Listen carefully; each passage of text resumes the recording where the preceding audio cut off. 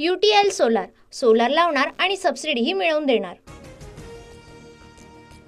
मुंबईत आजपासून 9 तारखेपर्यंत विशेष अधिवेशन। विधानसभेचे एकूण 288 प्रतिनिधी आमदारकीची शपथ घेणार। हंगामी अध्यक्ष नवनिर्वाचित आमदारांना शपथ देणार।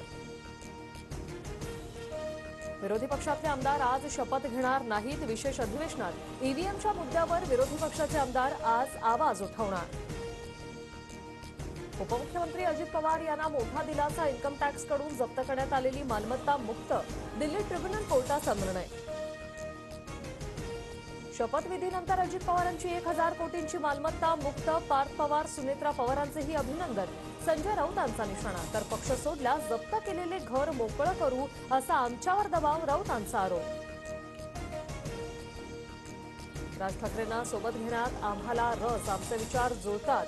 पालिका निवडणुकीत जिथे शक्य असेल तिथे राज ठाकरेंना सोबत घेण्याचा विचार। फडणवीसांची माहिती। राज ठाकरे भाजपच्या हातातील खेळणं ते कसाही राज ठाकरेंचा वापर करतात। मनसेसोबत लढण्याच्या फडणवीसांच्या वक्तव्यानंतर संजय राऊतांचा निशाणा। राज ठाकरेंसोबत जाण्याचा फडणवीसांचा नेते म्हणून घेतलेला निर्णय। याबाबत शिंदे आणि फडणवीस चर्चा करतील। उदय सामंतांची प्रतिक्रिया।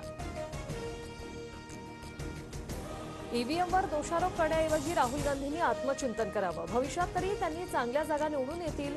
एका वृत्तवाहिनीच्या मुलाखतीत फडणवीसांचा राहुल गांधींना टोला।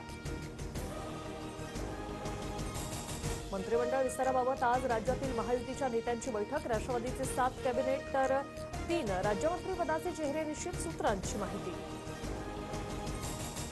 मंत्रिपदासाठी कोकणातील नेत्यांची लॉबिंग। नितेश राणे भाजपच्या कोट्यातून यादीत अव्वल, तर शिवसेनेकडून केसरकर, उदय सामंत, योगेश कदम आणि राष्ट्रवादीकडून शेखर निकम मंत्रिपदाच्या शर्यतीत।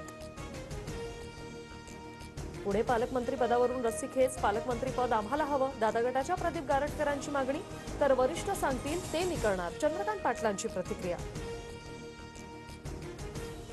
गृहमंत्रीपदाऐवजी भाजपकडून शिंदेना महसूल, नगरविकास आणि सार्वजनिक बांधकाम विभागाचा पर्याय। सूत्रांची माहिती।